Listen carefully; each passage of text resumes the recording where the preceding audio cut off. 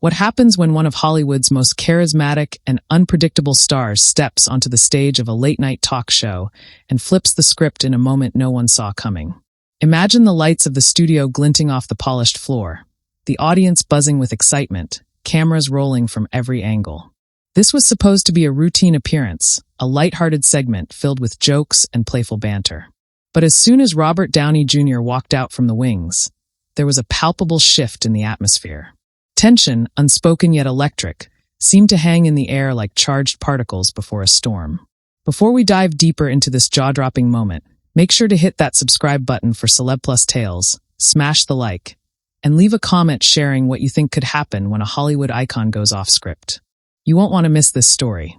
The audience erupted as Robert's confident stride brought him center stage. His trademark smirk played at the corners of his mouth, but his eyes, oh, those eyes, held a glimmer of mischief and calculation. Jimmy Kimmel, ever the composed host, greeted him with a grin that was a little too practiced, a little too polite. "Robert, always a pleasure.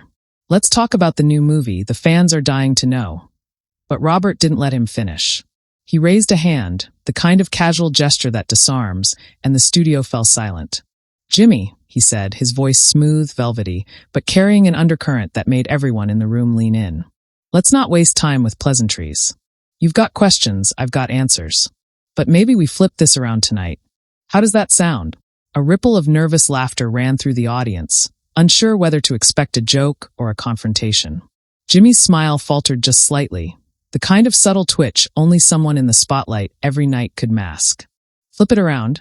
"Oh, I see. You're bringing a twist to my show," he said, trying to recover his composure while his mind raced behind the camera-ready grin. Robert's gaze swept the room, taking in the audience, the cameras, even the crew behind the lights. "Yeah, Jimmy. Let's talk about you for a moment. Let's get real. Everyone thinks you're the one in control here, the master of ceremonies. But tonight, maybe the host isn't running the show." The murmur in the audience grew louder. Some gasped, some leaned forward, hanging on every word. A few cameras shifted uncomfortably as the stage crew whispered behind the curtains. The energy in the room became almost physical, tense, charged, like a rope pulled tight. Jimmy, known for his quick wit and improvisation, didn't flinch outwardly, but the slight narrowing of his eyes betrayed a flash of unease. "All right, Robert. I'm intrigued. You're telling me we're turning the tables? On live television?"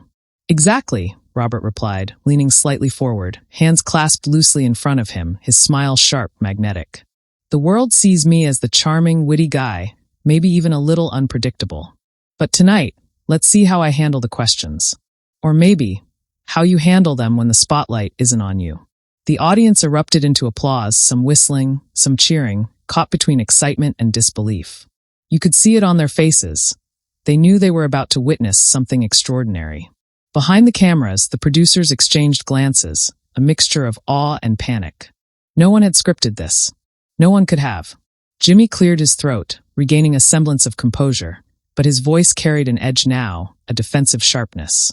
"All right, I like a good twist, Robert. But remember, I've been doing this for a long time." "Don't think you can," Robert interrupted, chuckling softly. "Oh, Jimmy, it's not about thinking.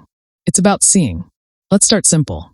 Tell me, what's it like sitting behind that desk night after night, knowing the cameras are always on you, always judging, always expecting a punchline? Really, I want the truth." A hush fell over the studio. Jimmy's usual charm seemed momentarily stripped away, replaced with a flicker of vulnerability that rarely showed on air. He opened his mouth, paused, then laughed, an audible, almost nervous laugh. You really want to go there?" Robert's eyes twinkled with challenge. "I do. I want to see the real Jimmy Kimmel. Not the host. Not the persona. The man who has to smile while asking tough questions. The one who carries all the pressure nobody sees." At this moment, the tension in the room was almost unbearable. The audience leaned forward, their breaths held, as if anticipating a collision of egos, a revelation that would make headlines. The cameras panned closer to Jimmy's face, capturing every micro-expression. The flicker of doubt, the tightness of his jaw, the subtle twitch in his brow. Jimmy's laugh faded. His gaze met Robert's, sharp, probing. "You're playing a dangerous game here, Robert. On my stage, with my audience," Robert smiled wider, leaning back slightly, the kind of relaxed confidence that makes everyone else feel exposed. "Dangerous? Maybe. Or maybe liberating. We'll see who's really in control by the end of this, won't we? And with that, the stage lights seemed to intensify, the audience's murmurs crescendoed, and the cameras captured a moment that would be dissected for weeks. A Hollywood legend, Robert Downey Jr., subtly but unmistakably seizing the narrative, turning the late-night stage into a battleground of charm, wit, and psychological intrigue. Every word, every glance, every pause was meticulously calculated, yet felt spontaneous, raw. The air vibrated with suspense. Something monumental was unfolding, something the world had not seen before. Little did anyone know, this was only the beginning. The real clash, the kind that would have fans on social media exploding in debate and tabloids scrambling for headlines, was just seconds away. The moment lingered like a held breath. The applause faded into a nervous rustle, and the familiar rhythm of a late-night show felt suddenly foreign, almost fragile. Jimmy adjusted the cards on his desk, a reflex he'd perfected over years, buying himself a second to think. Robert watched him with the calm focus of a chess player who had already seen the board 5 moves ahead. "You know," Jimmy finally said, forcing a laugh as he leaned back in his chair. "People tune in for jokes, not therapy sessions." Robert tilted his head, studying him. "That's interesting," he replied softly. "Because sometimes the best jokes come from the most uncomfortable truths." The audience reacted instantly, a mix of laughter and sharp inhales. A woman in the front row covered her mouth. Somewhere behind the cameras, a producer whispered something urgently into a headset. The red recording light blinked steadily, indifferent to the chaos blooming beneath it. Jimmy tapped his pen against the desk. "All right, Iron Man," he said, trying to steer the tone back to playful. "Let's not pretend this is your first rodeo. You've been interviewed by everyone. What's really going on here?" Robert leaned forward again, elbows resting on his knees now, posture open but intense. "What's going on," he said, voice lowering just enough to pull everyone closer, "is that I've spent decades answering questions about my past, my mistakes, my redemption. And I'm good with that. But tonight, I want to talk about something else. About the machine. About how these moments are manufactured." A low murmur swept the crowd. Jimmy's eyebrows lifted. "Manufactured?" "Yeah," Robert said, nodding. "This desk. That camera. The laugh cues. The expectation that everything fits neatly into 7-minute segments." He gestured around the studio. "We smile, we joke, we move on. But sometimes there's more sitting right under the surface." Jimmy shifted in his chair. For a split second, the host mask slipped. "Careful," he said lightly, though his eyes were sharp. "You're biting the hand that gives you free publicity." Robert chuckled, but there was no humor in it. "See, that's exactly what I mean." The audience gasped, then laughed nervously. A man shouted, "Oh," from the back. The tension had become entertainment now, raw and undeniable. Jimmy leaned forward, elbows on the desk, matching Robert's intensity. "You think I don't know this is a machine?" he asked. "You think I haven't bled on this stage in my own way?" Robert's expression softened, just slightly. "I think you do know. And that's why I'm asking. What does it cost you?" Silence. Real silence.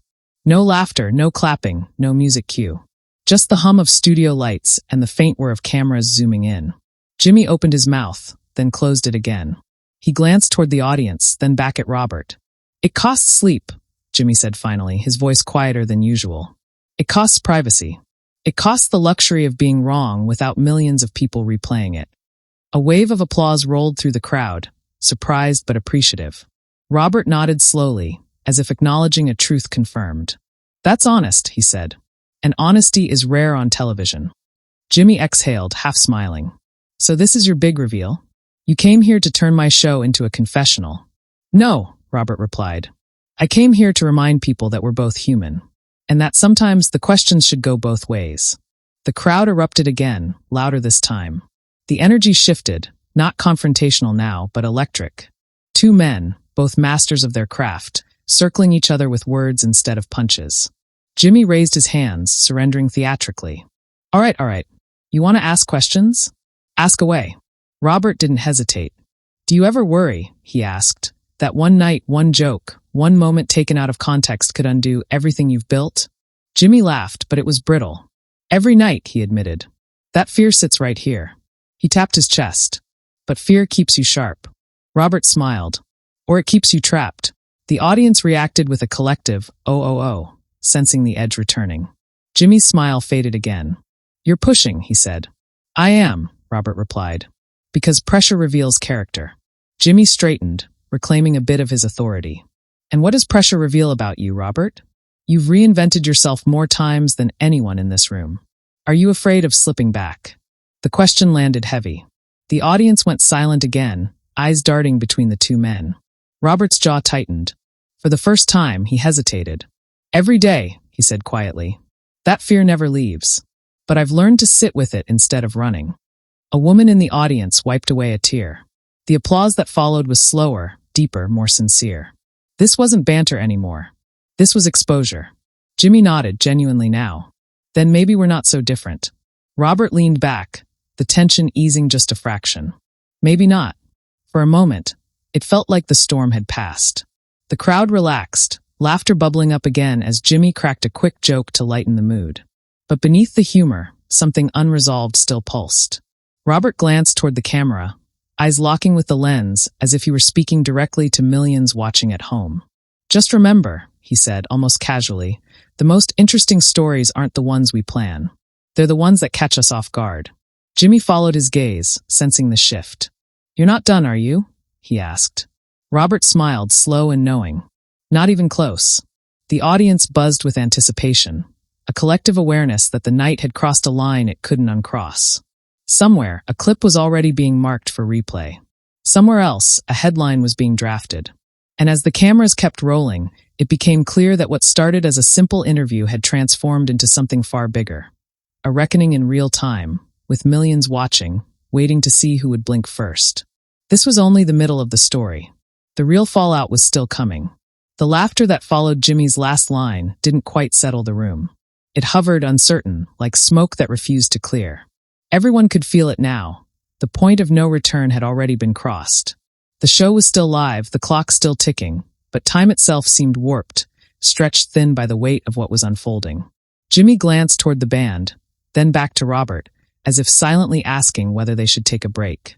Robert noticed the look and smiled, a calm, deliberate smile that said he was fully aware of the tightrope they were walking. Relax, he said, almost kindly. I'm not here to burn the place down. Jimmy raised an eyebrow. That's reassuring, because right now Twitter is probably on fire. The audience laughed, but it was uneasy laughter.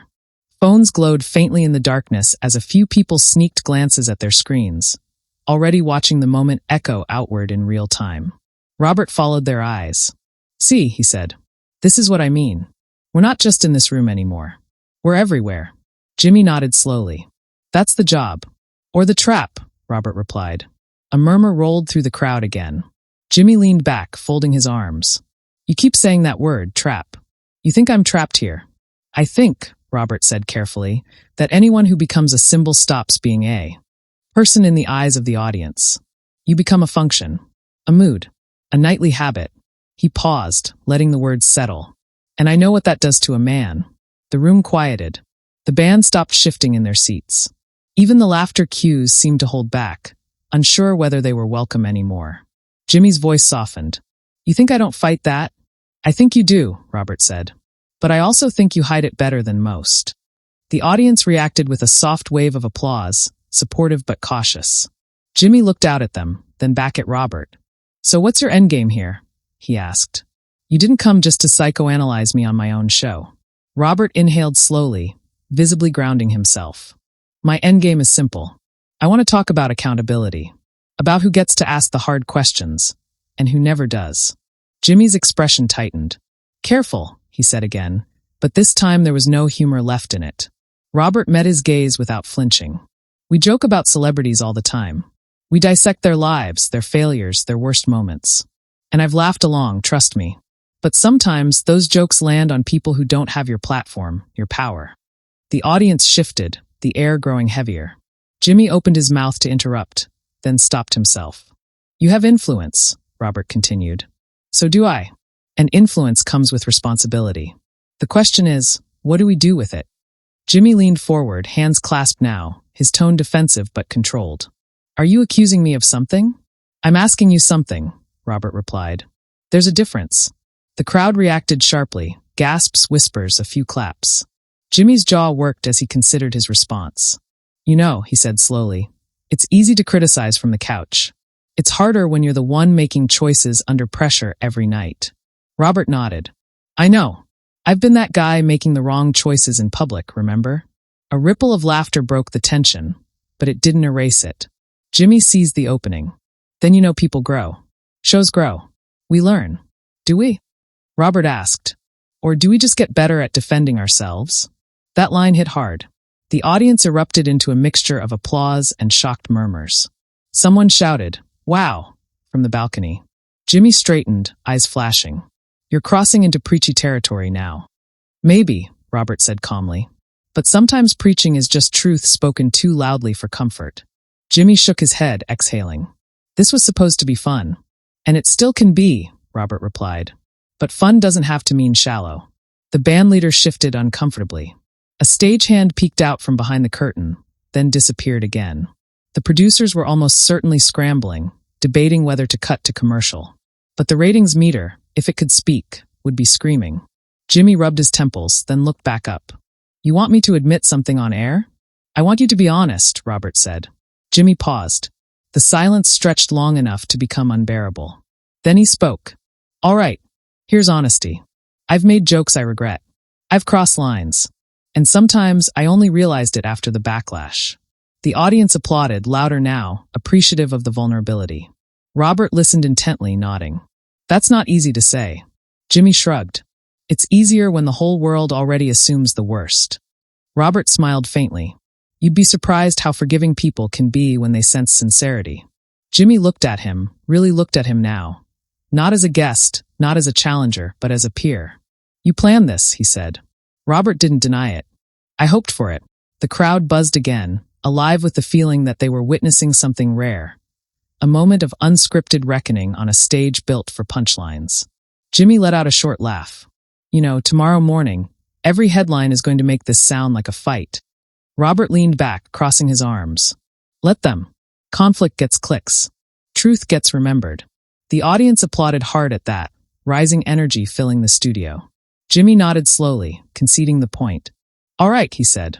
So where does this leave us? Robert's gaze drifted briefly to the audience, then back to Jimmy. It leaves us right here, he said. On the edge. And edges are where things change. The studio lights felt hotter now, the air thicker. Whatever resolution people expected wasn't coming easily. The tension hadn't broken. It had transformed, sharpening into something more dangerous, more unpredictable. And somewhere beyond the studio walls, the internet was waking up, dissecting every word, every pause, every glance. The storm that began on this stage was about to spill into the world. One final moment remained. One last turn of the knife, or the olive branch. And no one knew which Robert Downey Jr. would choose. The silence after Robert's last words felt heavier than anything that had come before. It wasn't awkward anymore. It was loaded. The kind of silence where everyone knows history is being written, even if they don't yet understand how it will be remembered. Jimmy glanced toward the camera, then back to Robert, and for the first time all night, he didn't look like a host managing a show. He looked like a man deciding how he wanted to be seen when the lights finally went dark. Well, Jimmy said quietly, breaking the stillness, edges really are dangerous places. Robert smiled, not the sharp, challenging smile from earlier, but something softer, almost reflective. They are, he said. But they're also where people stop pretending. The audience responded with a slow swell of applause, the kind that rises from the chest instead of the hands. A few people stood without realizing it, pulled up by the gravity of the moment. Jimmy took it in, scanning the faces in front of him, then nodded to himself. You know what? He said, exhaling. You're right about one thing. This job, this desk, it can turn you into armor. You joke first so nothing hits you too hard. Robert listened, unmoving. And somewhere along the way, Jimmy continued, voice steadier now, you forget that the people on the other side of the joke don't get to take it off when the cameras stop. A collective intake of breath rippled through the studio. This wasn't damage control. This was confession. Robert nodded slowly. That's all I wanted to hear, he said. Not an apology. Just awareness. Jimmy looked at him, a small smile forming. You ambushed me on my own show. Robert laughed softly. I prefer to think of it as an intervention with studio lighting. The audience finally laughed freely again, tension releasing like a snapped wire. Even the band chimed in, a gentle riff easing the atmosphere. Jimmy shook his head, half amused, half exhausted. This is going to be clipped into 1,000 different versions, isn't it? Absolutely, Robert replied. Some will call it a feud. Some will call it a meltdown. And some, Jimmy added, might actually hear what we were saying. Robert met his eyes. Those are the ones that matter. The applause this time was thunderous. Jimmy stood, extending his hand. Robert rose as well, the two men shaking hands in the center of the stage. Not as adversaries, but as equals who had survived something unscripted together. Cameras zoomed in, capturing the handshake that would be replayed endlessly, frozen into thumbnails and headlines. As the band played them out, Jimmy leaned in and said, just loud enough for Robert to hear, "Next time, warn me first." Robert smirked. Where's the fun in that? The crowd roared. But the real explosion didn't happen in the studio. It happened minutes later. Clips flooded social media before the episode even finished airing. Our DJ destroys Jimmy Kimmel live. Awkward on-air showdown. The interview that changed late night.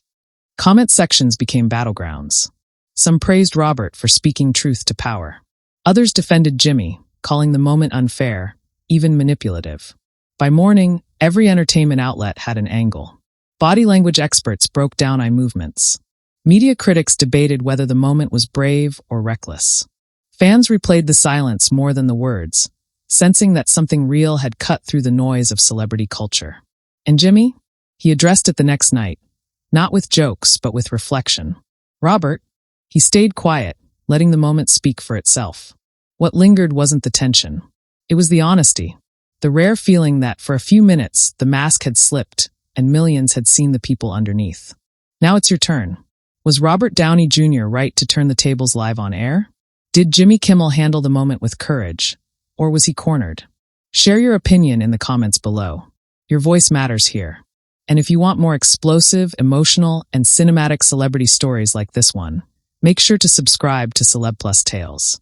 Like the video, join the conversation, and stay with us, because the most unforgettable moments are never the ones that go according to plan.